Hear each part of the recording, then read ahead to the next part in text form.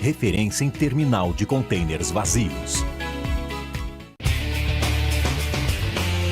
Olá, tudo bem? No Minuto Porto e Negócios de hoje, vamos falar sobre uma novidade que promete movimentar o setor logístico no Paraná. A Transtec World confirmou o início das operações em Paranaguá até o fim deste ano. A empresa, especializada em contêineres vazios, vai oferecer ao mercado paranaense um novo conceito de operação de depot. O projeto prevê fácil acesso, estrutura capaz de atender grandes volumes de contêineres e ampla capacidade de armazenagem. A operação também contará com equipamentos novos, o que reforça o compromisso da companhia com a eficiência, a segurança e a qualidade dos serviços prestados.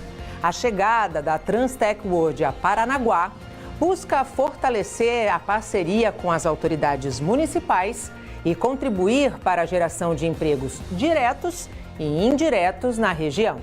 Essa nova etapa também reforça as opções disponíveis para o mercado logístico local. Este foi o nosso Minuto Porto e Negócios. Até a próxima. Tchau! Apoio Transtec World, referência em terminal de contêineres vazios. Era uma vez uma criança que iria crescer.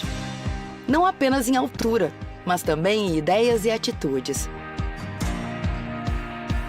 Num lugar onde viver esta fase da vida é ser protagonista de sua própria história. E onde o conhecimento é o melhor companheiro, dentro e fora da sala de aula. Aqui no Santa, o aluno se prepara para os desafios do futuro, explorando novas habilidades e descobrindo o prazer de aprender. Dê início a essa jornada. Colégio Santa Cecília.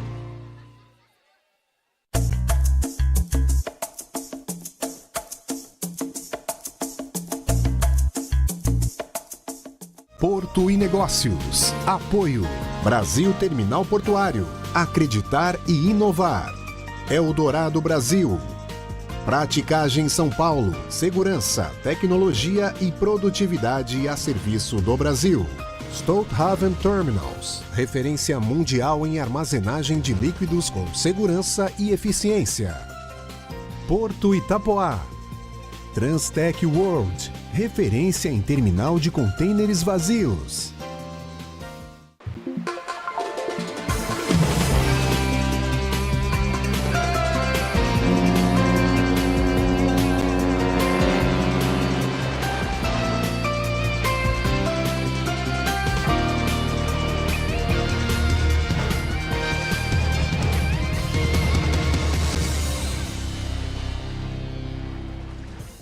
Boa noite, sejam bem-vindos a mais um Porto Negócios. E hoje o tema é o El Niño, ou Super El Niño, como a mídia está se referindo.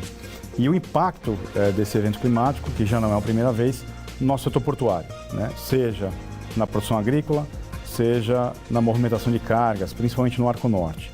E para falar sobre esse assunto, estou aqui com Melissa Dias, meteorologista do NPH, e Marcelo Di Gregório, diretor da Superterminais, que já esteve aqui com a gente no programa nos últimos eventos de seca e trouxe uma solução para se adaptar e mudar a realidade das Superterminais enfrentando a seca no Arco Norte. Pessoal, agradeço vocês terem aceito o meu convite e sejam bem-vindos ao Porto Negócios.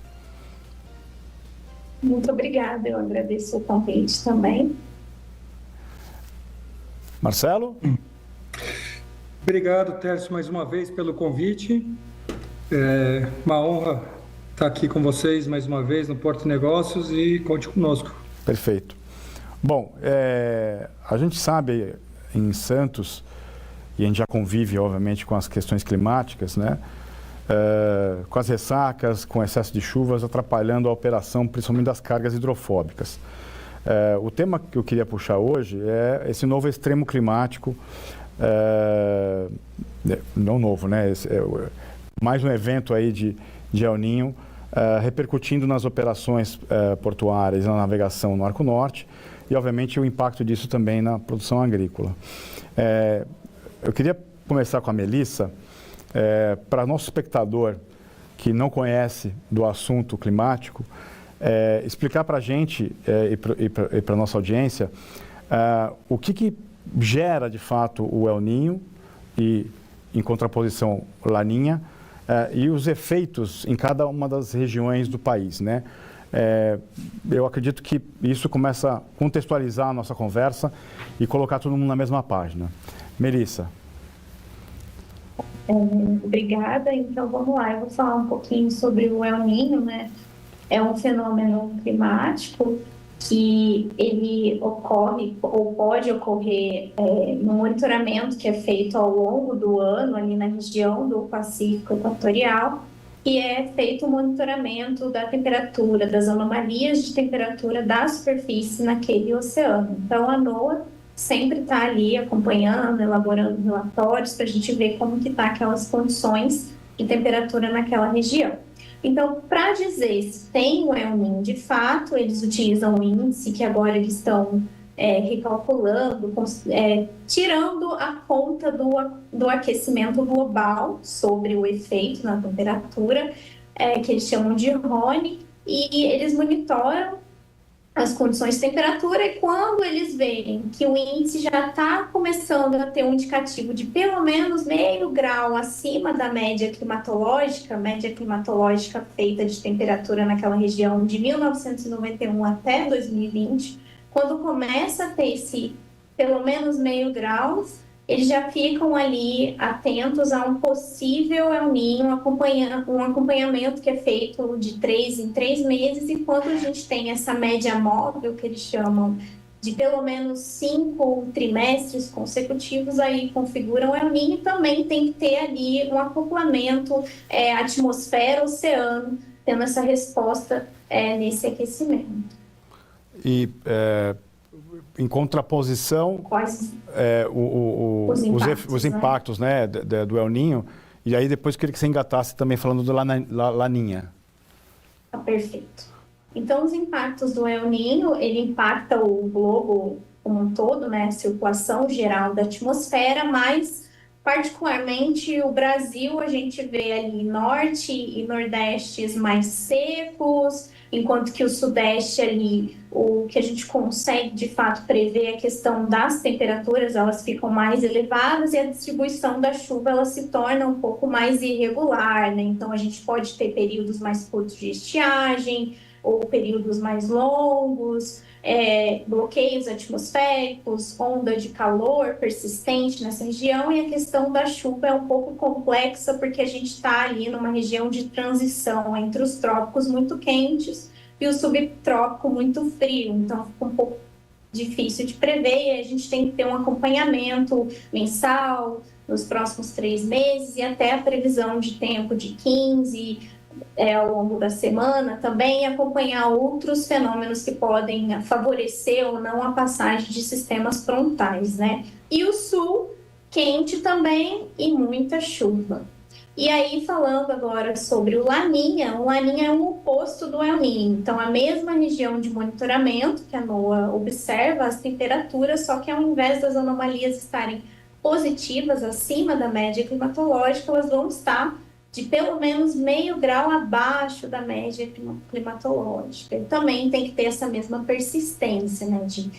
A média é feita de 3 meses, e esses 3 meses terem 3 meses consecutivos, digamos assim, para configurar, e ao longo do ano a gente também transita, né? Entre uma fase Laninha, depois um El Niño, mas antes disso a gente tem um período mais neutro, que pode ser curto ou mais longo, ou a gente pode não ter um Laninha ou um El Niño configurado, como foi o ano de 2013 e de 2020 e de 2014, por exemplo.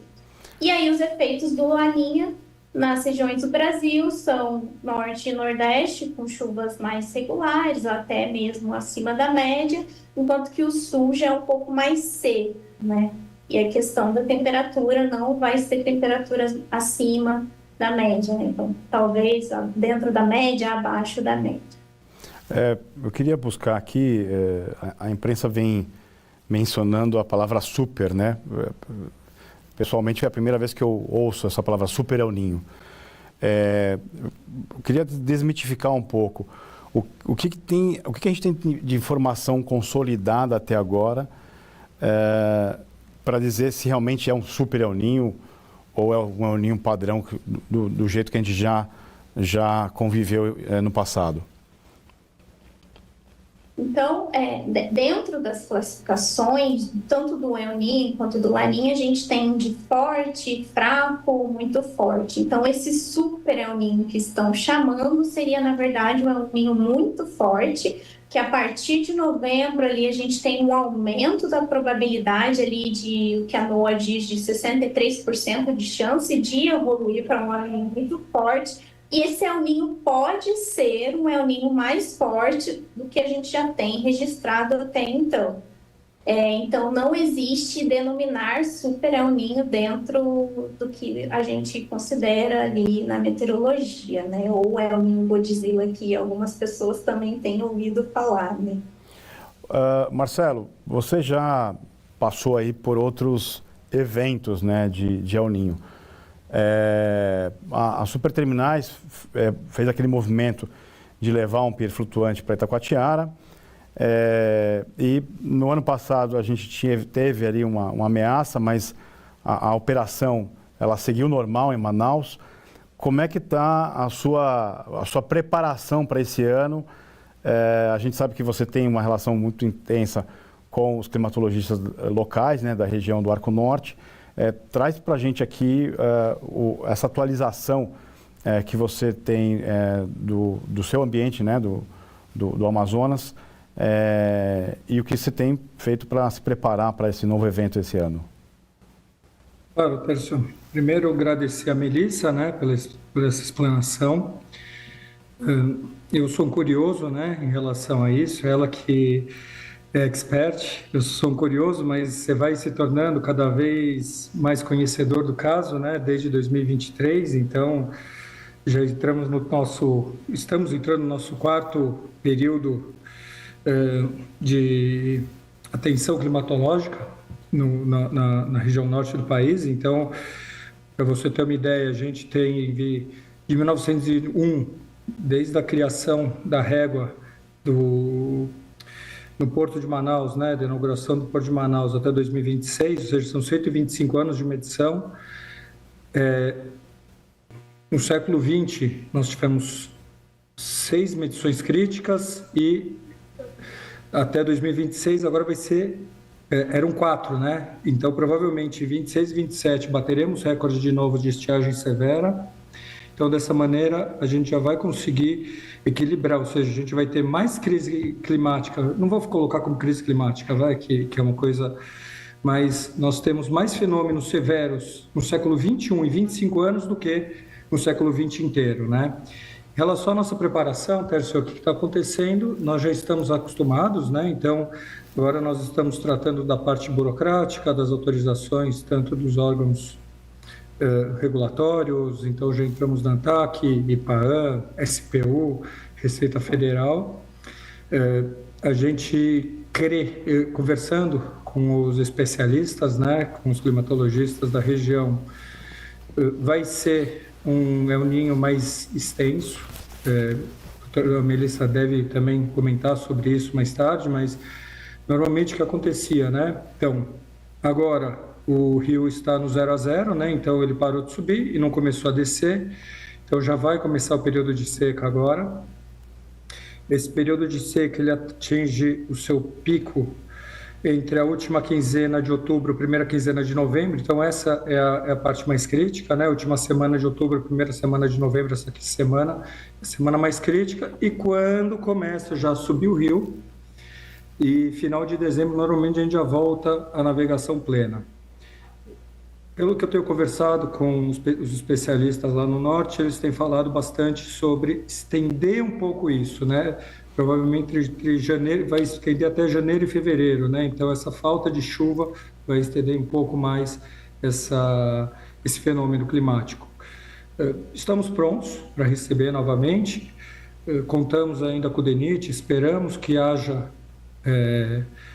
dragagem esse ano, que a gente não precise levar nossos módulos, nossa infraestrutura para Itacoatiara, mas já entramos com a papelada e agora é mais fácil, né? Quando você fala no caso da infraestrutura mesmo, em uma semana, 10 dias, nós conseguimos levar toda essa estrutura para Itacoatiara. O que precede isso, que demora um pouco mais, que são todas as autorizações. Mas é isso, Tércio, a gente já está preparado, né? Mais um ano, sabendo que 27 vai se repetir novamente, 26 ainda era uma incógnita, 27... Do mesmo jeito que 23 veio com uma força muito forte, pegou todo mundo de surpresa, e 24 já era uma certeza.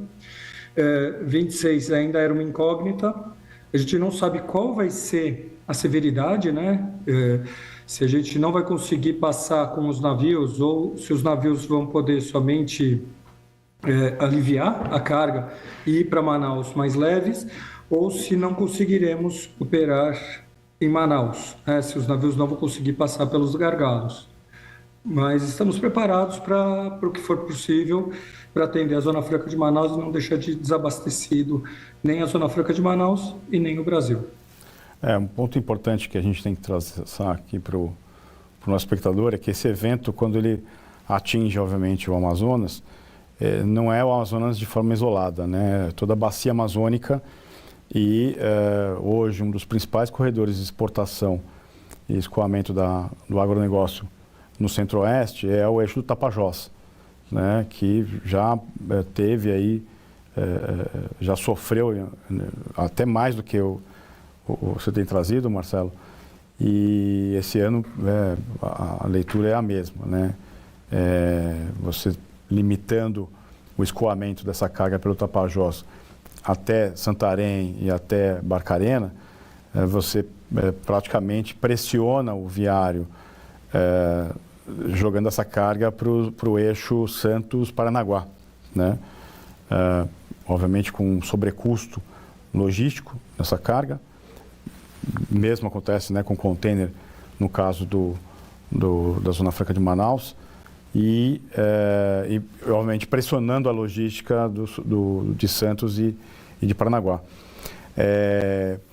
Eu quero explorar mais essa questão da pressão nos ativos do Sudeste, né? Apesar que a Melissa trouxe um ponto importante para a gente. As questões climáticas no Sudeste, elas oscilam, né?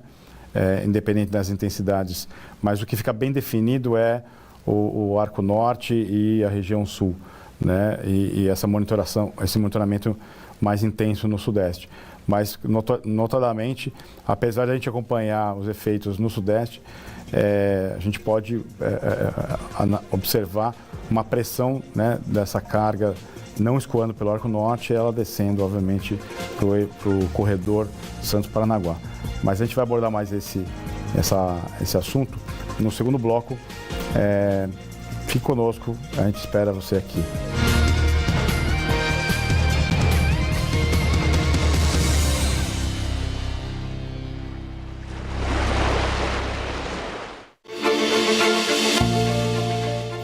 Tirar os sonhos do papel. Quer um conselho? Comece com um plano. Um plano visionário, que fuja dos padrões, que vá bem da terra ao mar.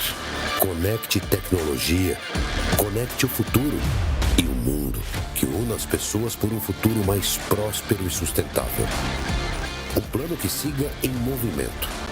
Em um vai e vem surpreendente, intenso, desafiador e cheio de realizações. Como esse sonho que começou com a gente e só continua com você. Hoje ele está assim, com cara de terminal moderno, jeito portuário e coração brasileiro. Brasil Terminal Portuário. Acreditar e inovar.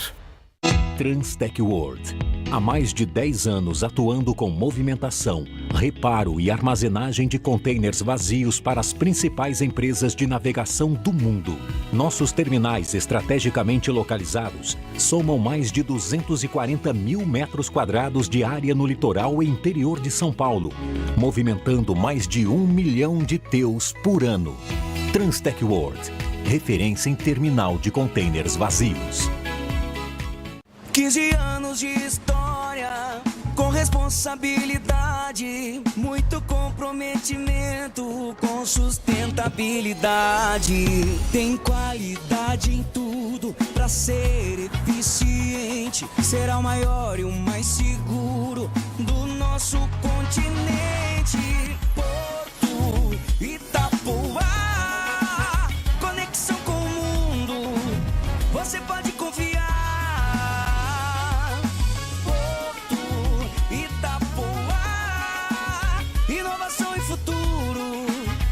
Nosso DNA. Porto Itapoá, são 15 anos de história, você pode confiar. Porto Itapoá, inovação e futuro, é nosso DNA.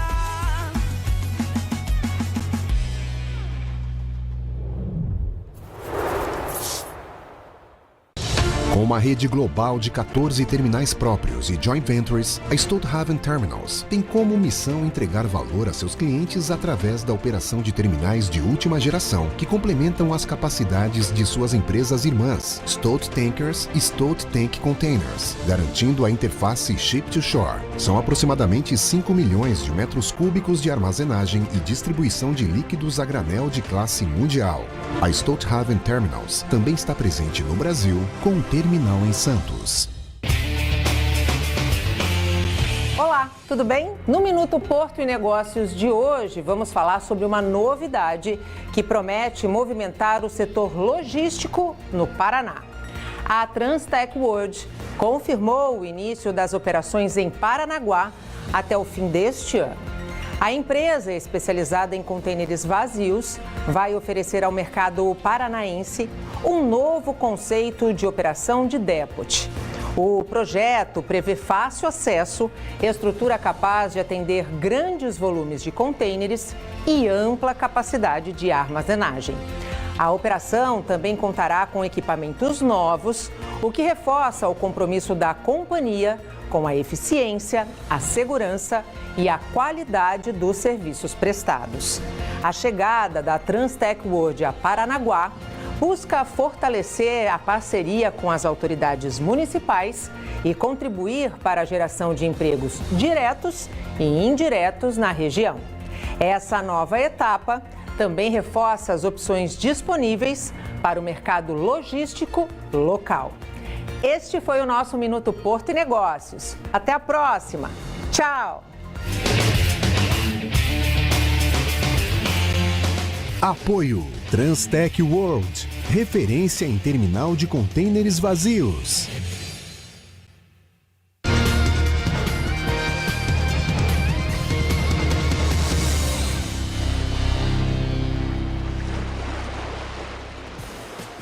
Boa noite, estamos de volta para o segundo bloco do Porto Negócios. Estou nesse programa discutindo o El Niño e com a presença de Marcelo de Gregório, diretor da Superterminais em Manaus, que já sofreu os efeitos desse efeito climático em outros anos e conseguiu reagir a essa atividade.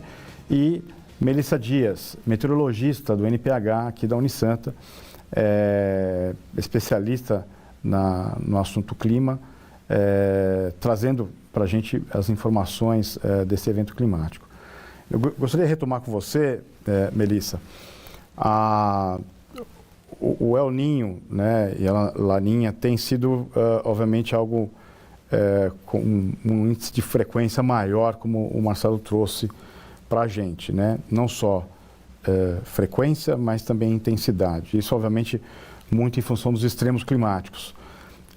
A agenda de mitigação é algo que várias economias internacionais perseguem, os acordos do clima, e aí quando você tem um rebatimento desses acordos do clima para o nível setorial, né, aí eu falando um pouco do nosso setor portuário, a agenda de mitigação, né, de redução de carbono nas atividades portuárias e na navegação tem sido uma pauta contínua no nosso setor. Na tua visão, o que o que a comunidade que estuda o assunto traz de, vamos dizer, diagnóstico / prognóstico, né?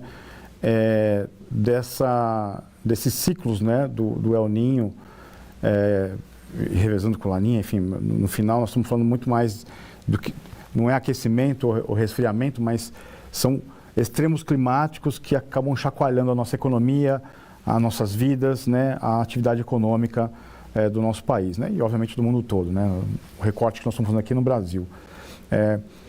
O que vocês leem de tendências desse evento e como a sociedade reage a esses eventos, né? Cada setor se comporta de uma forma, né? Mas eu entendo que o assunto da sua agenda hoje, né, aqui na Unisanta, no NPH, é olhar essa previsão de curta duração, né, que você trouxe no primeiro bloco. Como é que as ferramentas de monitoramento de longa duração e curta duração se conversam e podem ajudar a gente a reagir, né, a se adaptar a esse novo normal? Então, vamos lá.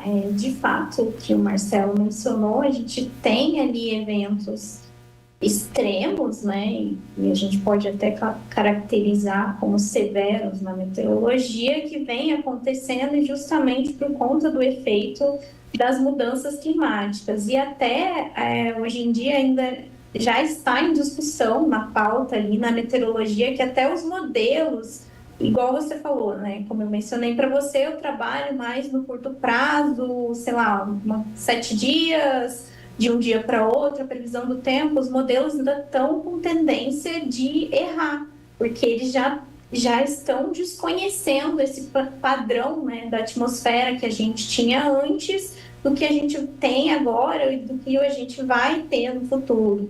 Então, o que a gente precisa fazer para tentar mitigar é a instalação de ferramentas que possam utilizar, fazer com que a gente consiga melhorar, na verdade, os modelos, a capacidade deles prever, né? Então, por exemplo, quando a gente pensa no curto prazo, instalação de radares, e hoje em dia na sala de situação, por exemplo, até no próprio site, a gente tem já o apoio, né, das imagens de radar, então a gente consegue ajudar a população a ver como que o sistema meteorológico está se desenvolvendo ao longo do dia, principalmente no período da tarde, em que a gente tem um maior aquecimento disponível, e aí se a gente tiver o que a gente chama de gatilho na atmosfera, uma forçante, seja uma brisa, a passagem de uma frente fria ou até mesmo o próprio avanço dela pode disparar a convecção.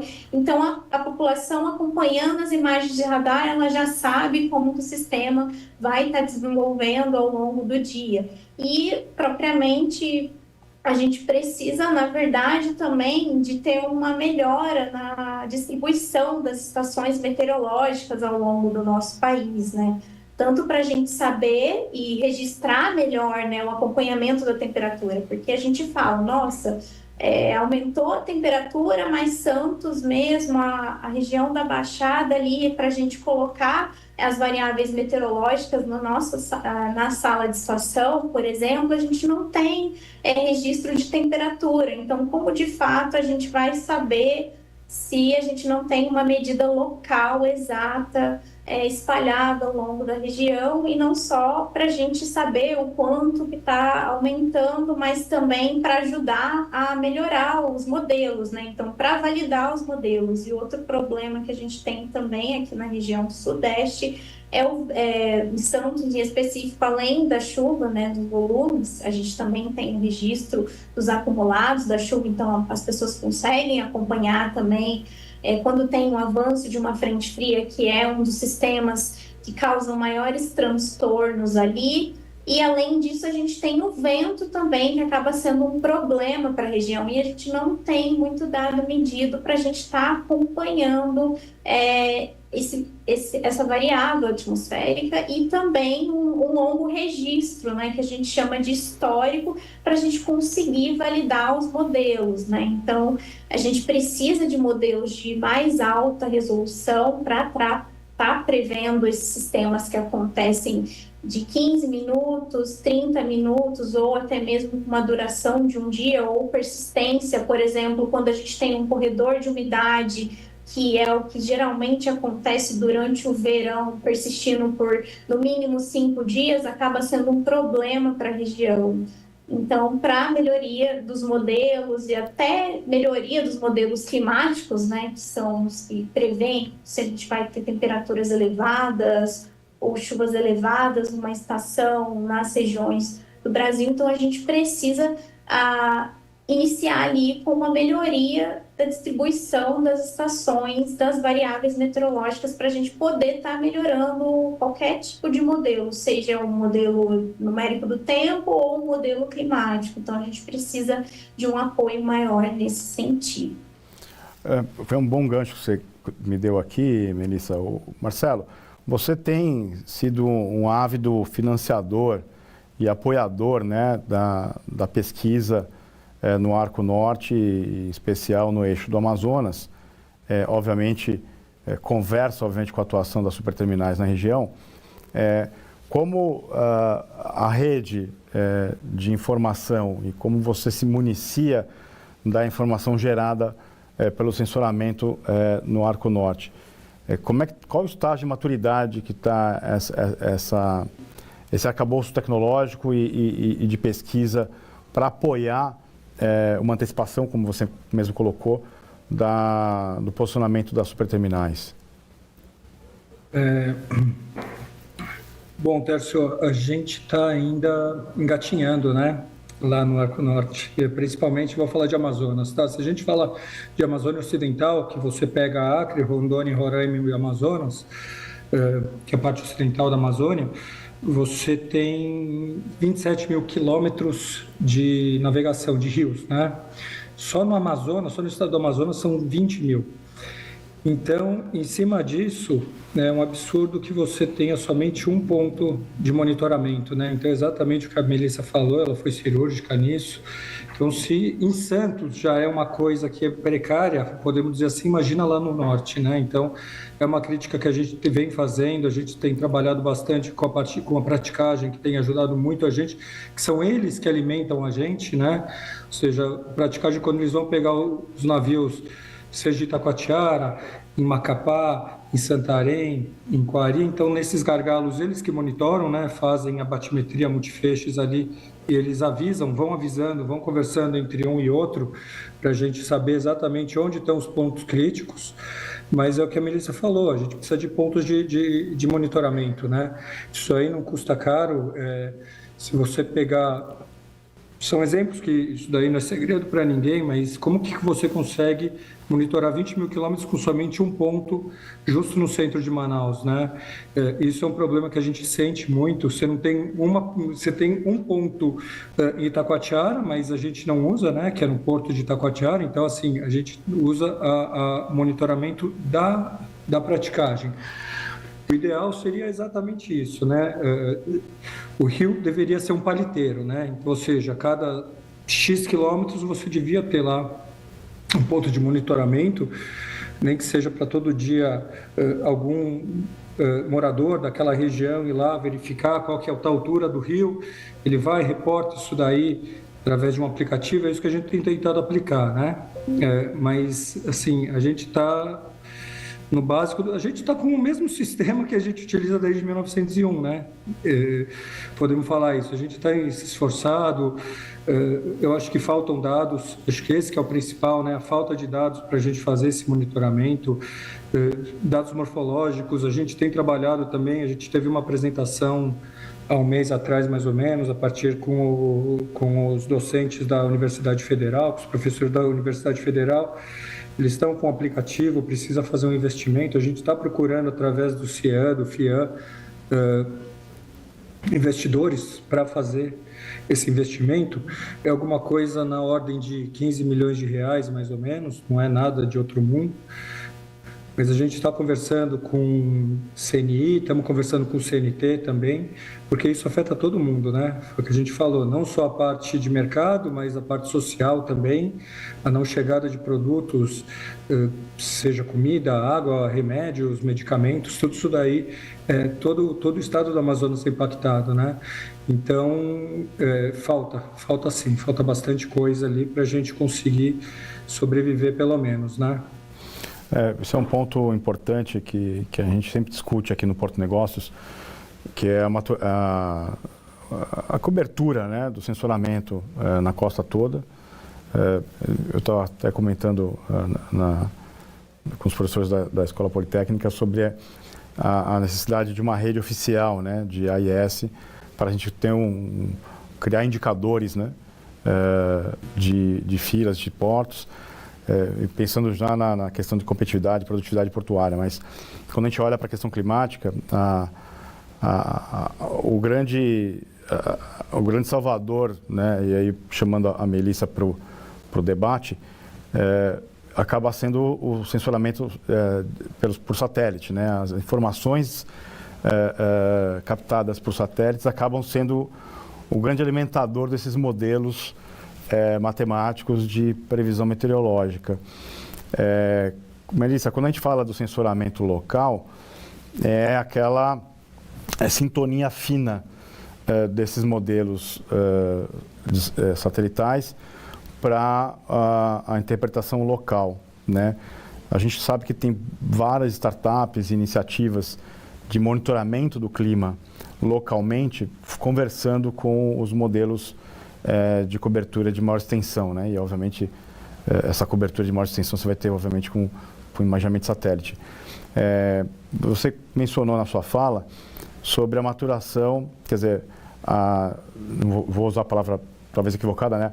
A descalibração dos modelos antigos que não estão mais lendo esses eventos adversos climáticos, né? Queria, de forma didática, que você trouxesse para a gente o passo a passo, né, quando vocês fazem essas modelagens, né?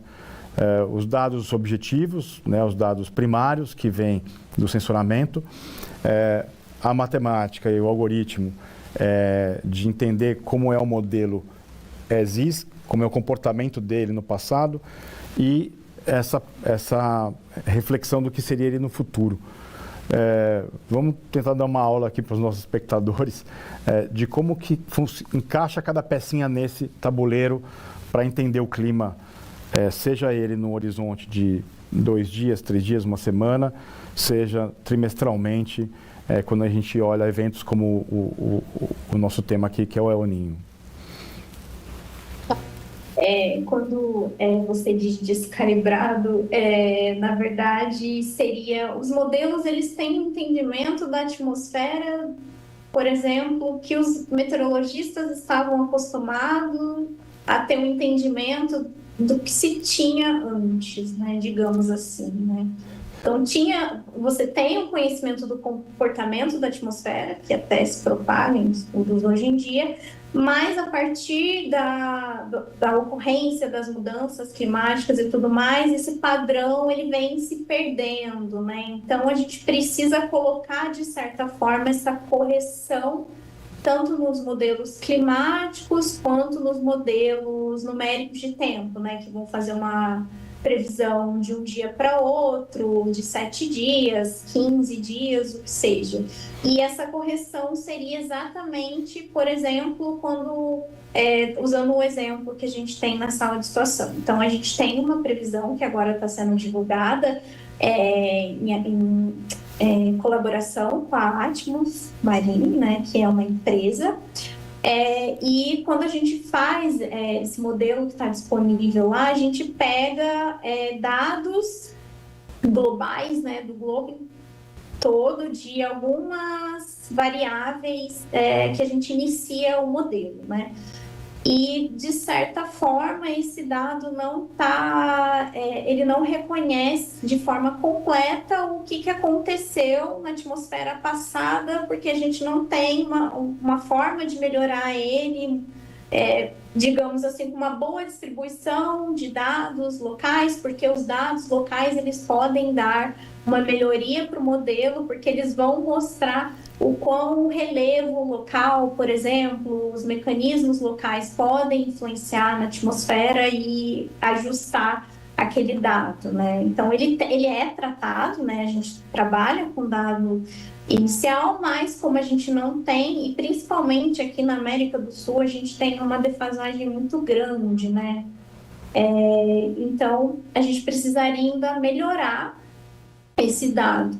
E aí também depende também de cada tempo na meteorologia que você vai fazendo a previsão, né? Então, o legal seria também ir fazendo uma correção desse modelo, né? Então, rodei ele de ontem para hoje, mas se eu quiser saber uma previsão de até 6 horas, então, sei lá, teria que alimentar ele com informações de radar, por exemplo, que também é muito defasado, né? O que a gente tem ali na sala é só uma imagem do que pode ter de acumulado se a gente tem uma mancha ali de chuva cobrindo, por exemplo, quase toda a baixada. E dependendo da cor, você tem um número de acumulado. Então, a gente não tem mais informações do radar que possa ser inserido e melhorar, trazer mais acurácia para a previsão do tempo. E, como você mencionou, o satélite. Exatamente, a gente faz o uso do satélite, mas ele também tem os seus problemas, né? Então, nada... digamos assim, vai substituir de melhor forma como o dado local, né? E como o Marcelo mencionou, né? A gente estudando de quanto espaço a gente precisaria, né? Porque, por exemplo, quando a gente usa no modelo meteorológico lá no WRF, o GFS de 25 quilômetros, os pontos estão espaçados de 25 quilômetros, você perde muita informação local nesse espaço. Então, a gente precisa melhorar essa cobertura espacial e trazer isso para esses dados que são usados de condição inicial do modelo, para a gente tentar melhorar e até mesmo ir corrigindo de acordo com o tempo de previsão que a gente quer dentro do modelo, né? Então, mais nesse sentido, assim. Então, a gente pode concluir assim que um ponto crítico para melhorar a acurácia da modelagem, né, dos modelos, obviamente, e eu ouso até dizer que esses modelos vão acabar evoluindo, né, porque você tem novos pontos de dados, novas interpolações, novos comportamentos adversos, e isso tudo, obviamente, retroalimentaria os modelos para amadurecer o modelo e ele conseguir prever esses eventos que não estão sendo previstos, né? Então, são 2 pontos importantes para a pauta, que primeiro aumento da rede de monitoramento, e aí nós estamos falando de investimento, né? O Marcelo trouxe aqui a importância de aumentar a rede de monitoramento no Arco Norte, e aí eu estendo, obviamente, isso para o eixo do Tapajós, que é um dos principais corredores hidroviários hoje, de escoamento da carga do Centro-Oeste. Um aumento do número de sensores, obviamente, nos portos principais, entendendo que, acho que mais do que nunca, a precisão temporal e principalmente locacional, né? Qual que é o berço, qual que é o terminal que vai sofrer alguma intempérie, alguma chuva, vento, né? E às vezes, para quem está no convívio com Santos, a gente sabe que a chuva ela é o principal problema portuário para as cargas agrícolas. Mas hoje, com ressaca e vento, na operação containera, você já tem diminuindo a movimentação por hora de container em função de rajadas de vento, né? Ou manobras de navio em função de rajadas de vento, né? Cada país, cada estado, cada porto vai ter uma realidade, uma dor diferente. Eu queria iniciar o próximo bloco falando sobre o financiamento da pesquisa do clima e se existe realmente apoio financeiro dos governos e, obviamente, ampliar essa rede de dados, né, e para a geração de conhecimento e ajuda da economia brasileira. Mas a gente faz um rápido intervalo e volta no próximo bloco para entender se tem ou não tem recurso na mesa para a gente se antecipar e se proteger do clima.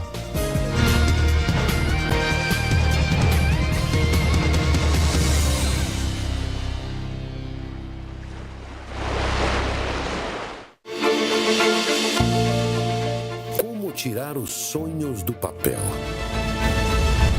Quer um conselho? Comece com um plano. Um plano visionário, que fuja dos padrões, que vá bem da terra ao mar. Conecte tecnologia, conecte o futuro e o mundo, que una as pessoas por um futuro mais próspero e sustentável. Um plano que siga em movimento, em um vai e vem surpreendente, intenso, desafiador e cheio de realizações. Como esse sonho que começou com a gente e só continua com você.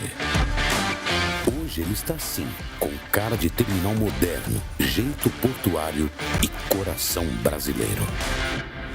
Brasil Terminal Portuário.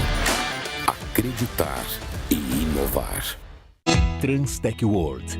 Há mais de 10 anos atuando com movimentação, reparo e armazenagem de contêineres vazios para as principais empresas de navegação do mundo. Nossos terminais estrategicamente localizados somam mais de 240 mil metros quadrados de área no litoral e interior de São Paulo, movimentando mais de 1 milhão de TEUs por ano. Transtec World, referência em terminal de contêineres vazios. Os terminais TEG, TEAG, TES são líderes na movimentação de grãos nos portos da Baixada Santista. Eles contam com uma diversidade de cargas como soja, farelo de soja, milho e açúcar, com uma estrutura moderna que garante operações eficientes, seguras e sustentáveis. Os terminais planejam embarcar 18 milhões de toneladas em 2024, gerando mais de 1.500 empregos na região. TEG, TEAG, TES, um elo logístico essencial para a cadeia do agronegócio. O Porto de Santos fez a cidade ser reconhecida no mundo todo, ao lado de ícones como Pelé, o café, o Jardim das Praias. A praticagem de São Paulo tem orgulho de pertencer a esse universo que alavanca o desenvolvimento do país. Os práticos manobram os navios com experiência e tecnologia para garantir a segurança e contribuir para a eficiência de um porto que não pode parar.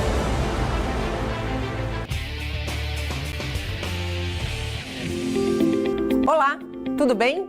Hoje o Minuto Porto e Negócios fala sobre a importância da cultura organizacional. Valorizar pessoas e fortalecer o ambiente corporativo deve ser prioridade para empresas que olham para o futuro. Na Eldorado Brasil Celulose, essa proposta ganha forma com o programa Indique Gente como a Gente, que incentiva colaboradores a recomendarem profissionais alinhados aos valores da companhia. A indicação por meio do programa é uma ferramenta importante para a área de recursos humanos, porque amplia a forma de atrair novos talentos e valoriza a participação de colaboradores neste processo. E isso pode mudar a vida de uma família toda. Eu queria que a trajetória da minha mãe fosse transformada, assim como a minha. Quando a indiquei, eu sabia que ela tinha os mesmos valores e atitudes que a Eldorado busca e que a gente cultiva em nossa vida, como franqueza, determinação, disponibilidade, disciplina, humildade, simplicidade e atitude de dono. Programas como o Indique Gente como a Gente reforçam a importância de colocar pessoas e valores no centro dos negócios. Este foi o nosso Minuto Porto e Negócios. Até a próxima. Tchau! Apoio Eldorado Brasil.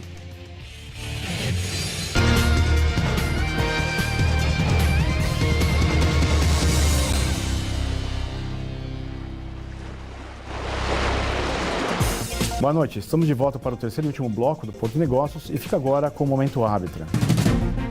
Momento Arbitra. Olá, pessoal! Estão abertas as inscrições para universitários participarem do Porto Hack Santos 2026, a sexta edição da Maratona de Inovação promovida anualmente pela Arbitrar. E nesse ano, o Hackathon da Arbitrar será bem mais sofisticado. Os competidores vão elaborar previamente um diagnóstico completo sobre qual será o comportamento dos importadores depois que a Receita Federal terminar o desligamento do antigo processo de importação e adotar definitivamente a do INPE, o que deve acontecer até o dia 1º de dezembro. Conhecer o comportamento dos importadores ajudará os recintos alfandegados a ajustarem seus modelos de negócio no novo cenário de facilitação do comércio mundial. Além disso, na imersão que ocorrerá entre os dias 18 e 20 de setembro, os competidores colocarão a inteligência artificial para trabalhar nessa questão. As equipes finalistas vão apresentar seus projetos para o corpo de jurados no dia 22 de setembro, lá no auditório do Sindicato dos Despachantes Aduaneiros de Santos, quando conheceremos os vencedores. Embora a maratona de inovação envolva muito conhecimento de comércio exterior, administração, comunicação, marketing e TI, o principal objetivo do Porto Hack Santos não será o protótipo gerado em si. A ideia é dar visibilidade ao setor portuário e retroportuário desses novos talentos e suas capacidades de resolverem problemas reais do setor. Por isso, neste ano, os componentes dos times vencedores receberão como prêmio vagas de estágio em empresas associadas da Arbitrar. Assim, a Arbitrar gira a roda da inovação e aproxima a comunidade da Baixada Santista de oportunidades de emprego na principal atividade econômica da região, que é o Porto de Santos. Momento Arbitrar. Obrigado, Caputo. Estamos de volta do estúdio e hoje o tema é El Niño e o impacto, né, desse evento climático que não sai da imprensa ultimamente no nosso setor, né? Para falar sobre esse assunto estão comigo aqui Melissa Dias, meteorologista do NPH, aqui da Unisanta, e Marcelo de Gregório, diretor da Superterminais. Eu terminei o segundo bloco falando sobre o financiamento dos dados, né, da originação de dados, sensoramento, da pesquisa. Eu queria começar com o Marcelo. Marcelo, você mencionou, né, a carência no Arco Norte de ter investimento em assessoramento, em pesquisa e apoio, né, seja das fundações, né, de pesquisa e recursos para tecnologia, investimento e assessoramento, mas existe algum movimento? Você comentou que a CNT, a CNI estão se movimentando, as federações, né, locais. Existe espaço para a iniciativa privada pressionar as linhas públicas de financiamento? E aí vou até dar uma pitada aqui de provocação. Linhas como a Lei do Bem, né, financiamento de pesquisa e inovação para aumentar a rede de monitoramento, seria uma saída para o setor privado da Zona Franca de Manaus? E aí eu estou colocando não só as operações portuárias, né, mas também, obviamente, a indústria da região. Como é que estão as conversas nesse sentido? Existe algum movimento ou ainda está muito embrionário? Bom, Tércio, vamos começar. É muito recente tudo, né? Se a gente for começar a conversar, a gente fala de 2023, 24, 25, 26. Esse é o quarto ano, que a gente estava comentando antes. É o quarto ano de um fenômeno mais severo. E eu acho que agora que a gente achava que era exceção vai virar regra, né? Porque se você pegar dos últimos, vamos falar, 5 anos, 23, 27, vão ser 4 crises. Nós nunca tivemos isso, né? Em 5 anos. Então, existe essa severidade. Então, agora que o pessoal está começando a se preocupar mais, né? E puxando um pouco a brasa para minha sardinha, quando a gente estava falando que se fala muito sobre os custos da seca, não só para a Zona Franca de Manaus, não só para o industrial, mas para o resto do Brasil, um dos pontos que foram mais comentados, mais contestados é, no caso, a taxa de Rio Seco, né? Que aonde a gente havia até conversado com o professor, com o Leandro Barreto, na última vez que eu participei, que era exatamente isso, né? A cada 1 metro que desce, que o navio perde de calado, né? São milhões de reais que ele perde, então ele precisa repassar esse valor. Então, a partir de agora, então assim, nós sempre tivemos taxa da seca, né? A gente pode falar a partir de 2014, 2015, quando mudaram a linha dos navios, né? Do Lloyd, até os navios atuais que vieram com a aliança, trazendo os navios maiores, a gente começou a ter problema de calado. Ou seja, desde 1901 nós sempre tivemos esse problema da seca, né? Nós sempre tivemos esse fenômeno da estiagem. Só que conforme foram aumentando os navios, não foi aumentando a infraestrutura para a chegada desses navios. E é isso que a gente bate muito. Se você tem porto na origem, que está preparado para carregar os contêineres, porto no destino, mas não está com uma estrutura portuária, está muito bem servido de portos, entendeu? O problema é exatamente o meio dessa história. Então, a gente tem brigado já com o DENIT, nós não tivemos dragagem em 2024, 2023, nós não tivemos dragagem em 24, 25 nós não tivemos uma estiagem severa, então os navios passaram aliviados, né, com menos capacidade. 26 teremos de novo a severidade, 27 a mesma coisa. E provavelmente não teremos dragagem esse ano e não teremos dragagem no ano que vem. Então, em cima disso, a gente já faz o papel do governo, entendeu? O papel do governo é o quê? É você ter através de dragagem, seja pontual, seja emergencial, ou até um serviço de concessão dos serviços hidroviários, você tem que ter um serviço oferecido pelo governo, seja federal, seja estadual, seja municipal, para receber os contêineres e também enviar os contêineres para o resto do Brasil, né? Então, expedir os contêineres. Então, hoje nós estamos fazendo esse papel. Então, em vez do navio ele chegar até Manaus, a gente tem que o navio tem que parar em Itacoatiara, onde a gente faz o transbordo e faz de balsa até Manaus. Isso a gente sabe que encarece a logística entre 20% e 30% aproximadamente. Se nós não tivéssemos isso, seria um modelo muito mais atrativo, né? Então, e a gente tem trabalhado isso, da gente fazer essa concessão, não privatização, novamente, concessão que a gente já conversou aqui. E agora, voltando para os investimentos, né? A gente tem ferramentas, que nem você falou, temos várias startups, temos docentes, temos professores querendo aplicar isso daí. E, infelizmente, sim, a gente tem que trabalhar, eles já vieram, eles apresentaram isso para a gente, na verdade, há um mês atrás, né? Então, assim, eles ainda estão em trabalho de modelagem, como eles vão fazer esse aplicativo. Eu acho que até o final do ano, esse aplicativo já estará maduro e para ser trazido, para ser colocado no ar. Mas foi o que ele falou, o que é 15 milhões perto de... Foi aquele valor absurdo, né, que a gente tinha falado, que foi aproximadamente, foi 1,8 bilhão de reais. O que é 15 milhões perto disso, né? Para a gente ter uma previsibilidade. E uma coisa que até corrigindo aqui, mas não entrando muito, mas é o seguinte... O problema não é só a climatologia, né? Então, a gente está apoiado em 3 pilares, né? Que é a climatologia, a hidrologia e a morfologia dos rios, né? Então, também não adianta você só apontar no nível que está do rio se você tem um banco de areia cobrindo essa régua, né? Ou seja, em vez da régua estar marcando 20 metros, como se ela estivesse marcando 15. Ou se ela estiver marcando 8, é como se ela estivesse marcando 4, né? Então, a gente tem que pegar esses 3 pilares, não só se basear na climatologia, mas também nos níveis hidrológicos e na morfologia do leito do rio. O teu ponto foi muito importante, Marcelo. A gente...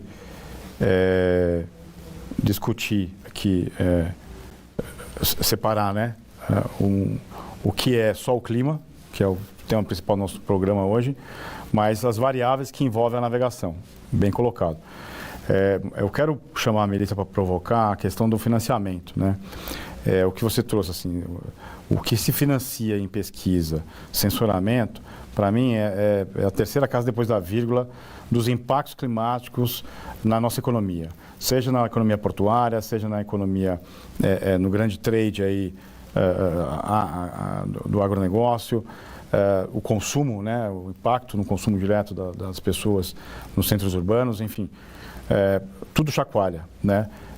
Melissa, você tem uma carreira, eu tive acesso, né, o teu histórico de acadêmico, como uma pessoa que está na academia, né, e na pesquisa aplicada, como é que você enxerga o financiamento na tua área, né, nos estudos de clima e meteorologia, o movimento da academia em buscar recursos de financiamento e eu dei aqui, né, uma sugestão do setor privado, utilizando a Lei do Bem, por exemplo, para inovação tecnológica e pensar no aumento da rede de sensoramento.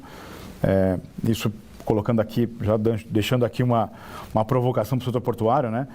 Todo porto que se preza deveria ter a sua rede de monitoramento do clima, né? Como mais um serviço na relação porto-cidade, mais um serviço para a academia.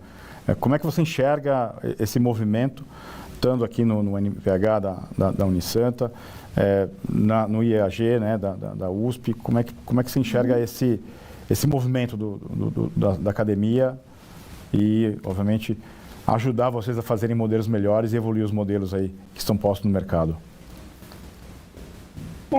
Então, como voltando aqui, falando na parte da meteorologia, climatologia em geral, né, porque as duas estão ali lado a lado, né, uma instância da meteorologia, climatologia, né, e estando na academia eu pude ver que de fato a gente tem muito pouco investimento na pesquisa e, querendo ou não, a academia acaba trazendo mais estudos, mais inovação e de fato precisaria de mais investimento. A gente teve agora nesse último governo um aumento das bolsas de mestrado, doutorado e uma maior ideia, né, divulgação assim de que após teria até uma conversa sobre uma possível, como posso dizer, um apoio ali para a aposentadoria, enfim. Então, trouxe novos debates ali para a academia, porque eu sou doutoranda também, né? Então, se tudo der certo, ano que vem já vou estar terminando meu doutorado, né? E o que a gente vê é que a gente precisa que a gente seja enxergado como um pesquisador e não um estudante, né? Estando no mestrado, no doutorado e depois um pós-doc também ser visto como um trabalhador, um pesquisador, né? Então, a gente já tem visto também algumas fundações de pesquisa, de apoio de pesquisa, que não são nacionais, mas estaduais, aumentando o valor de suas bolsas, valorizando mais o pesquisador, como, por exemplo, a FAPESP, e já no pós-doc ela incluiu um valor ali já a ser pago para o INSS, para o pós-doc, e o valor da bolsa aumentou consideravelmente, então a gente já tem alguns financiamentos estaduais, mas o nacional ainda falta e sempre tem, como você falou, corte, diminuição de bolsas e tudo mais, sendo que nesse sentido, na pesquisa, a academia acaba contribuindo muito, né? E o que a gente tem feito ali no NPH, agora trabalhando com eles, né? A gente também trabalha com projetos de pesquisas, né? Então, a gente se associa a GEM, por exemplo, a FEIDRO e tudo mais, para a gente propor um projeto de trabalho e tentar ali conversar com as prefeituras para tentar incentivar elas a instalar mais pluviômetro, acompanhar o site da sala de situação, ver como o nosso trabalho, a nossa divulgação, né, do nosso trabalho em oportunidades, onde a gente pode submeter alguns projetos ou apenas é chamado para fazer uma apresentação, para divulgar, para mostrar para eles que é importante a gente ter essa parceria para que incentive eles a instalarem mais pluviômetros, medidores de temperatura, principalmente o vento, né, que é um problema ali na região da Baixada. Então, a gente, por meio de divulgação também do nosso trabalho, a gente acaba tentando trazer mais apoios, não só das próprias prefeituras, do que a gente consegue obter pelo Estado, mas também como parcerias com outras empresas, como, por exemplo, a Atmos. Então, e agora, né, falando em governo nacional, a gente também tem uma melhoria, vai ter uma melhoria aí no supercomputador, né, que é o computador ali que vai ser utilizado para gerar previsões climáticas e previsões numéricas do tempo ali no CPTEC, no INPE. Então foi atualizado o nosso supercomputador, então é um modelo muito mais atual do que o que a gente tinha ali com o Tupã. E que isso também vai trazer ali melhorias para a gente, no caso da previsão do tempo, previsão climática, e também disponibilizar para as pessoas que queiram, pesquisadores que queiram submeter projetos também, para fazerem projetos no sentido de simulação numérica. Então a gente vai ter um ganho aí posteriormente no futuro e uma melhoria e até um desenvolvimento de um modelo numérico de tempo brasileiro baseado no modelo numérico de tempo recente, que é o MPES da América do Norte. Então a gente vai tentar trazer algo nesse sentido para o Brasil. Então eu acredito que a gente vai ter um avanço aí na questão da previsão do tempo. Bom, sem investimento em pesquisa, sem investimento em cérebros, né, na capacidade técnica de pesquisa, a gente não vai avançar na agenda climática no Brasil, né? Então fica aqui o recado para os nossos governantes, seja no nível estadual, federal e no município também, né? Gente, o nosso tempo mais que estourou, o meu editor aqui está me matando e eu quero agradecer, Melissa, o seu tempo de disponibilidade de estar conversando com a gente aqui. Marcelo, mais uma vez agradeço aceito o meu convite e esse assunto só está começando, com certeza, no segundo semestre, quando começar lá a crise mesmo de navegação, a gente vai voltar a esse tema aqui no Porto Negócios. Pessoal, agradeço e até a próxima. Obrigado, Melissa. Obrigado, Tércio. Prazer estar aqui com vocês sempre, trocando essa ideia. E fico à disposição. Perfeito. Melissa? Obrigada, Marcelo. Obrigada, Tércio. Foi um prazer. Foi incrível ter essa conversa com vocês e também fico à disposição e espero que esse fenômeno El Niño não impacte tanto, apesar de que as previsões, infelizmente, não são muito boas, mas espero que a gente acabe estando preparado para lidar com as consequências desse fenômeno. Bom, é o que eu falo, né? A agenda de adaptação, ela é muito importante, sempre foi, às vezes, colocada em segundo plano na agenda climática, mas é o que a gente sempre prioriza aqui no Porto Negócios. Bom, pessoal, a gente fica por aqui, espero vocês na próxima quinta-feira, no mesmo horário aqui no Porto Negócios. Fique conosco.